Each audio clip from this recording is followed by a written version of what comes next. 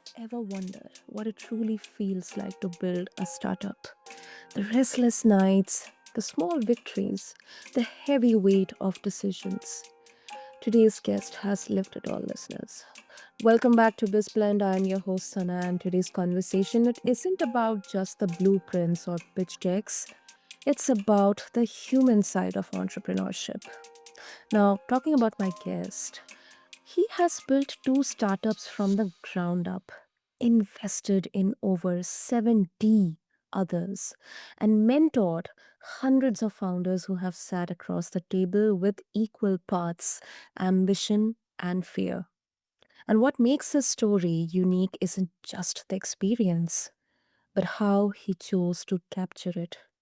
Instead of writing another step by step manual, he wrote The Entrepreneur's Odyssey, a business novel that blends the grit of the lean startup with the soul of the alchemist. It's less about instructions and more about immersion, about walking in a founder's shoes and feeling the tension between hope and heartbreak. So, today we are going beyond theory and into lived truth. Let's dive into the real journey of entrepreneurship, equal parts chaos and clarity, with our incredible guest, Andrew Ackerman. So, Andrew, welcome to the show. And as always, it is such an honor to have you here with us. Damn, that was a great intro. I think I'm going to rip off some of that and use it myself.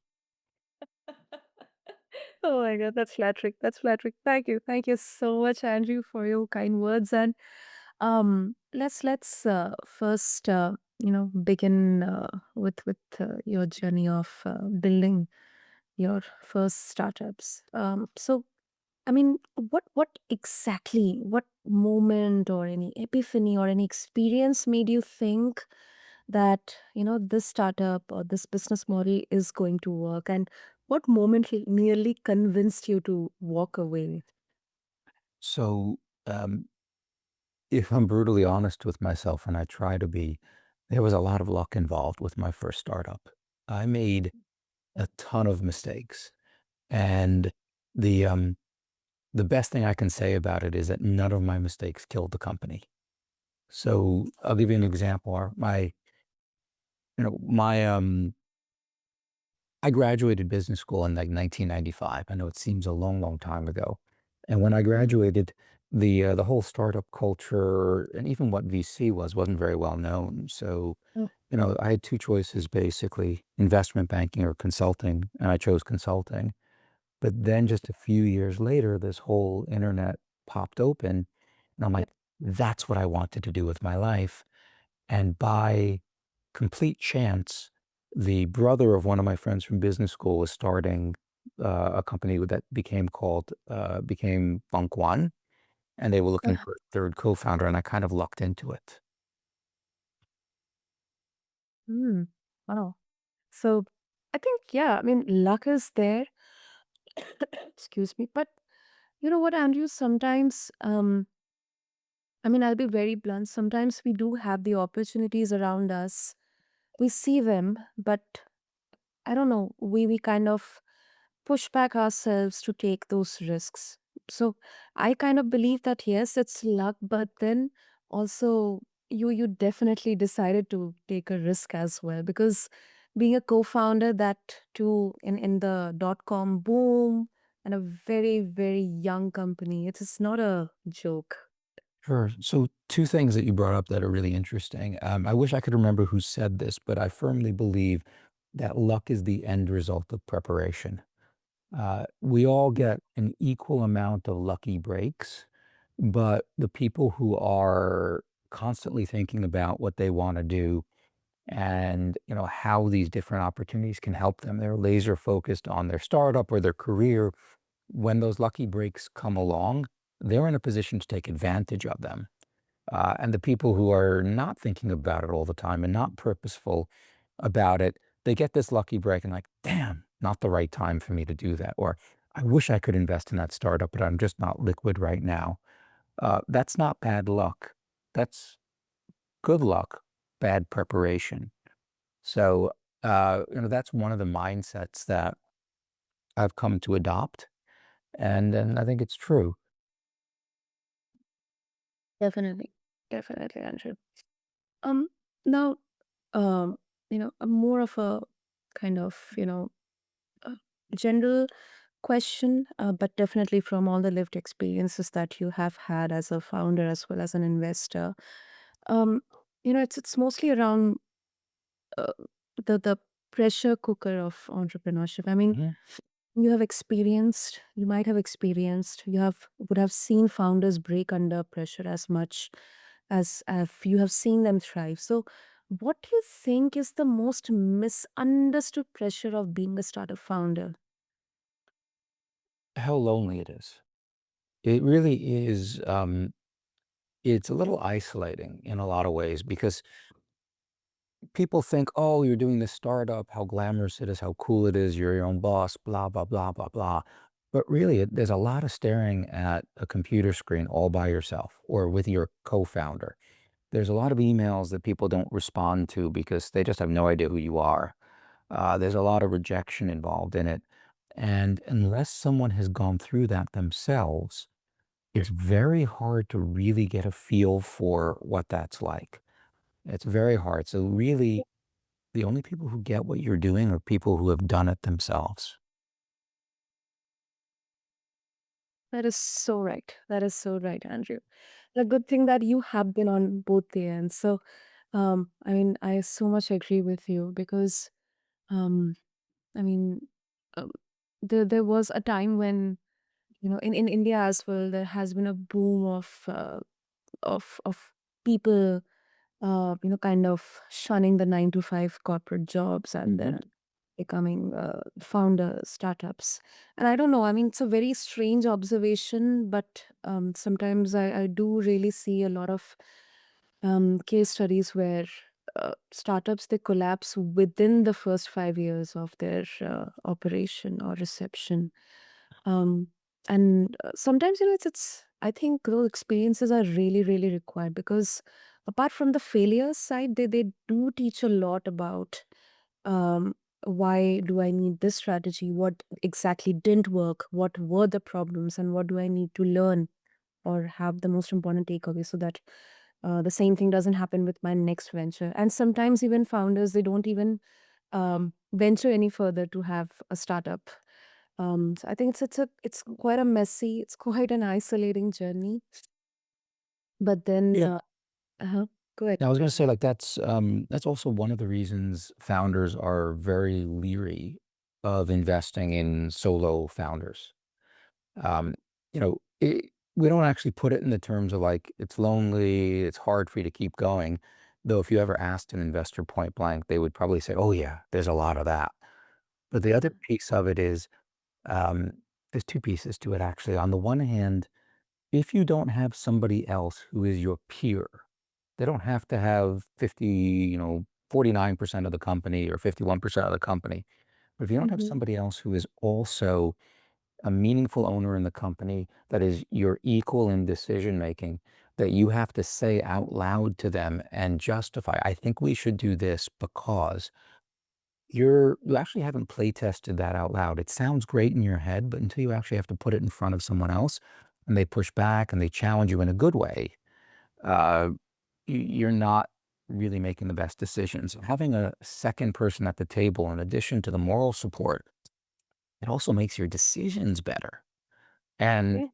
lastly, there's a little bit of an inference about the type of founder you are if you resist having a co-founder. It's almost like this is a person that's probably not open to coaching.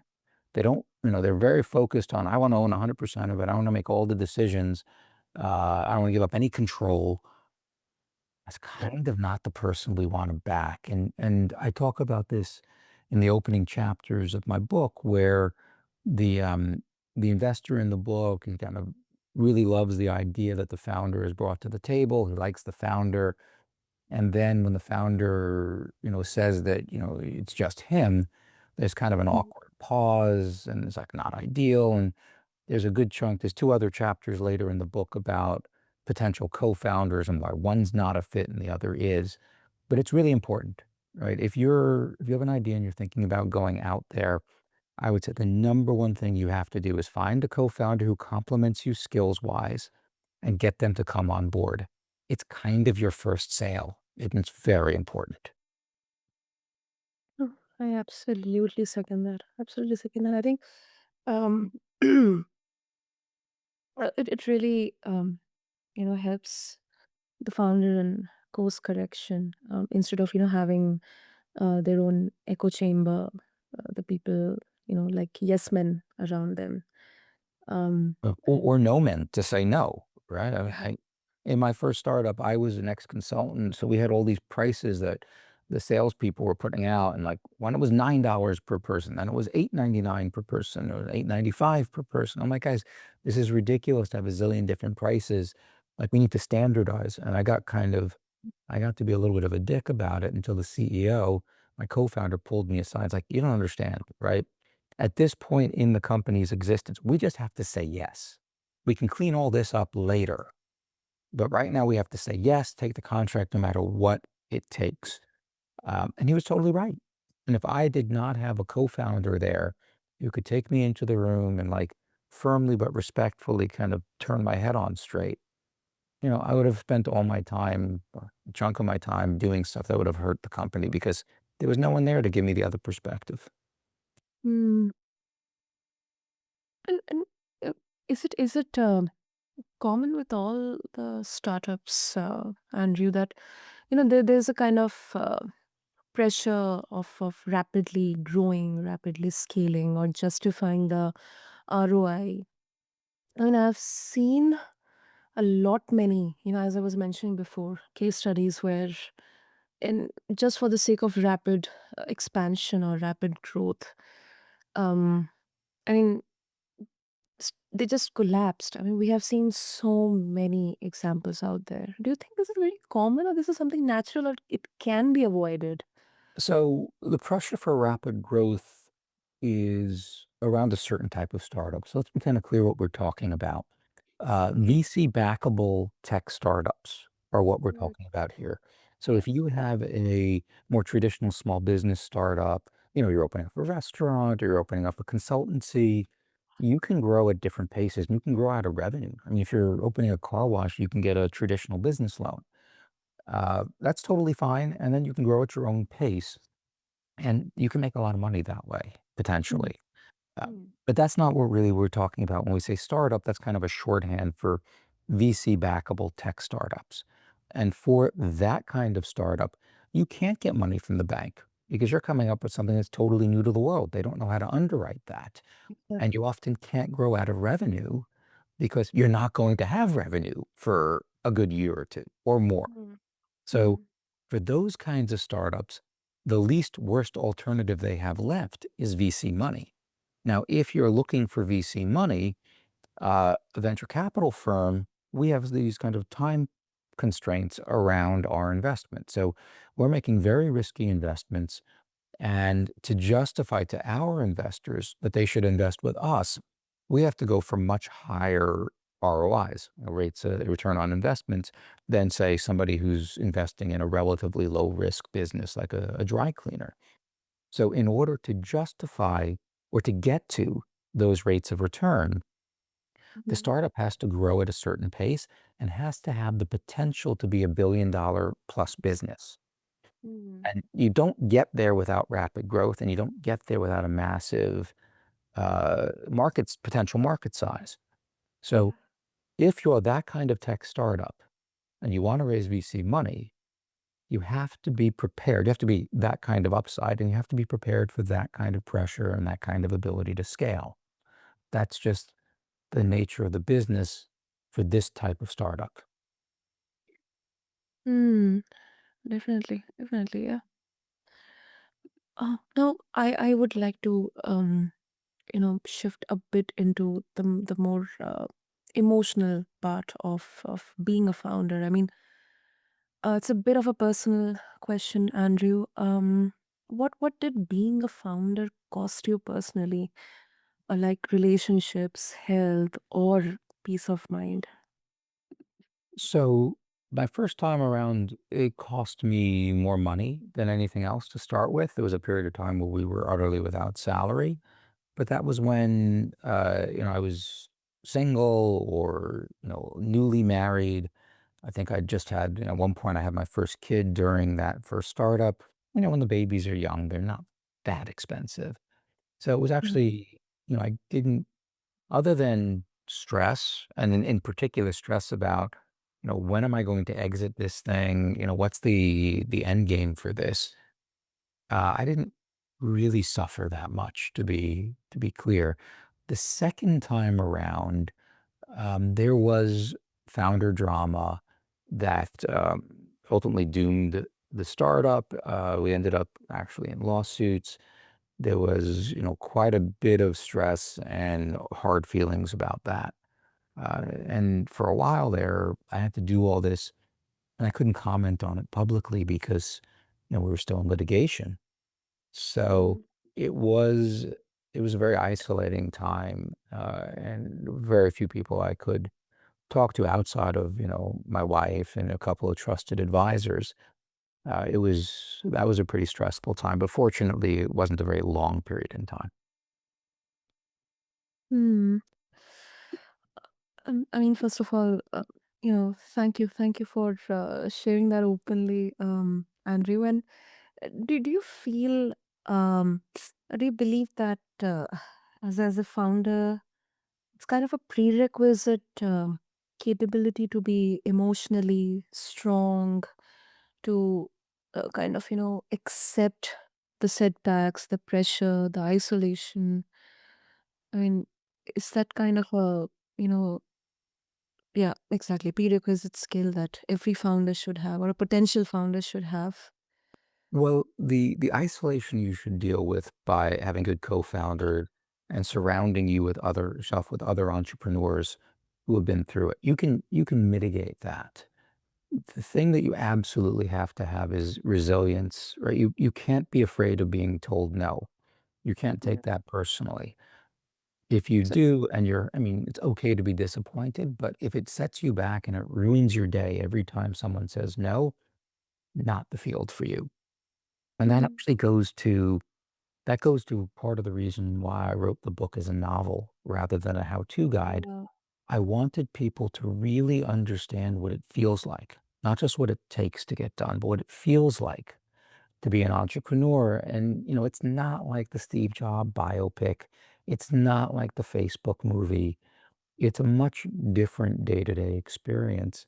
So by writing it Yeah. as a novel, the people who are, sitting in an office somewhere or a cubicle struggling with this pain point that they think they have a really great solution for and trying to decide, like, is leaving my day job and starting a startup to solve this, is that for me? By reading the book, they can get a feel for whether or not temperamentally that's the right path for them. Totally. Totally. And I really love that, kind of a um, shift, a kind of a refreshing way, because most people they write business books as guides, but you wrote yours as a novel, and then it's basically not telling people what to do, but letting them actually feel the ride. And then sometimes I believe feeling the story, it makes it stick more deeply than, just a checklist or just, how to do or simple guides. Well, I wish I could claim that it was an original idea, but actually, that's partly the reason that every religion known to man is stories, right? They Mhm. tell no, in theory, you should start a religion like, okay, let's cut to the chase. Here are the 20 things you can't do and the 10 things you have to do. But none of the religions take that approach. They're all stories about founders, in this case of the religion, ancestors, creation myths. But, and while there are do's and don'ts, they're often embedded in that concept. And that makes them more memorable, more relatable. And then when you go forward a little bit, just to really jump into like a totally different example, Friedrich Nietzsche wrote many books. The first couple of books were all philosophical books. They were written like philosophy books. And at one point, he's like, you know what? Here's my problem, right? I'm fighting against myths. Like there's assumptions about how people live their lives that are so deeply embedded in our subconscious that just talking about, different philosophies doesn't get through. So when he wrote Thus Spoke Zarathustra, his seventh book, he wrote it Huh. like like a Bible. He wrote it as the story of this prophet. And he's like, you know what? I'm going to start writing my own myths. And I'm going to have these myths, connect with people at such a deep level that it actually gets them to challenge those assumptions they didn't even know they had. So the idea of using stories to get ideas across, I wish I could claim it was my own, but it's, several thousand years older. Uh, and it's just a really powerful device. Yeah, yeah, definitely, definitely. And I really, really appreciate that, you did claim that you say it's an original idea. It has never happened before. It has happened, but definitely for the business world, it's quite rare. Um, but I think now more and more, because now people are also becoming individually active in sharing their experiences and sharing Mhm. their insights from those lived experiences. Definitely storytelling is something that is definitely a very effective kind of hook strategy. Absolutely. Absolutely. In fact, we mentioned this in the you mentioned this in the intro. I spent a good chunk of my life running accelerator programs. So dealing with founders who are kind of in that gray area between they've already worked on the idea to develop it and they've already got maybe product ready to go, but still in the session where there's a lot of work left to be done on how they want to, finish the product, how they want to go to market. And I found that the advice that stuck best were stories about other similar startups and how they handled those situations. So, and I don't think that's also not necessarily super original. A lot of people will use that as a way to get their point across. To the extent I'm doing anything original is rather than, a series of unconnected anecdotes, I've tried to tell the entire story through a same connected narrative about a fictional startup going soup to Mm. nuts. So it's all about that same founder, that same angel investor, and the challenges they're working through together. Brilliant, brilliant.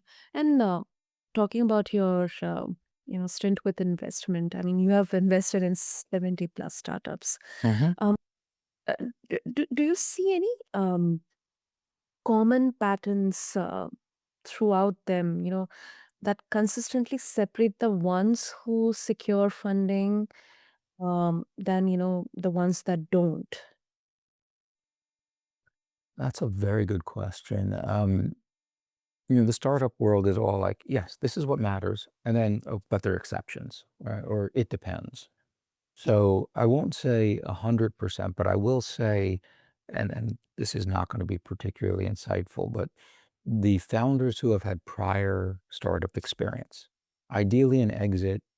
If not an exit, they founded something, they learned a lot. And if not, they founded something, they were a relatively early employee at a startup. They do better. And they do better because they know what they're getting into, right? If Yeah. startup life's not for them, they've self-selected out. They don't do a second startup. They've seen a lot of the mistakes and they're determined not to make them again. So they tend to perform better overall for me. Yeah, that's obviously, I think that's kind of yeah. And I think it's also fascinating because we often hear more about, okay, these are the new unicorns, these are the startups that have secured huge funding from so and so VCs or so and so corporate funding, and these rounds of funding. But you have sat with the 95% who also don't make the headlines. So I think your perspective, it can really demystify success and failure. So also those guys like the opening eyes of the world, they started out with three people in a room or four people in a room also. Like these overnight successes, they took 8 years to get there. True. Yeah. So, it's not like they're different. It's just that that's what people read about and it seems so glamorous, but it doesn't really reflect the realities of what it takes to go from 0 to 1. Yeah, that is so true. That is so right, Andrew. So right. And then often I think those, you know, 8 years, or sometimes we see many startups working in the stealth mode. That kind of goes unseen, or maybe doesn't get highlighted in the news or in the media. But I think that's Or that. even if they're not in stealth mode, right? They're just not newsworthy when they're, hey, we got our first $2 million in sales. Like, that's awesome to the investor. It's not something that TechCrunch is going to write up. Right. Superb, superb. So, Andrew, obviously for our listeners, especially all the entrepreneurs and the potential founders and the business owners, they would like to get a hold of your book, the novel, The Entrepreneur's Odyssey, and connect with you as well. What would be the best way? Certainly. So it's available on Amazon, like everything else in the world. Entrepreneur's Odyssey. My last name is Ackerman. You should be able to find it right away. If you want a little bit more about me, my personal website is Andrew, the letter B as in boy, Ackerman.com. Tell you a little bit more about me. If you're teaching entrepreneurship, for example, I teach an entrepreneurship course. You can hear about or read about how I teach it, and maybe the Entrepreneur's Odyssey is a good companion textbook for your course. So check out the website, and if you want to reach out to me, there's contact info on that site, or you can just follow me on my socials, whatever you're comfortable with. Super, super. Well, make sure to have all the details in the show notes. And Andrew, this is such a candid conversation, because I think it's more about honesty, not just about strategy. And entrepreneurship isn't just about the spreadsheets or the valuations. I think it's about the late night doubts, the weight of decisions, and that courage to keep going even when everything is, like working against you or conspiring to work against you. So thank you so much for bringing the human side of entrepreneurship, and of course the human side of investing as well. Thank you. Absolutely. Thank you for having me. So, listeners, and you reminded us that startups aren't built by formulas alone, they're built by humans. Messy, brilliant, stubborn, hopeful humans. And that's why The Entrepreneur's Odyssey isn't just a book, it is a mirror for anyone who has ever thought about taking this leap. So, if this episode resonated with you, share it with a founder friend who might need to hear it today. And remember that building a business isn't about playing the hero or the heroine, it's about staying human. Until next time, I'm Sana, and this has been BizBlend. Thank you.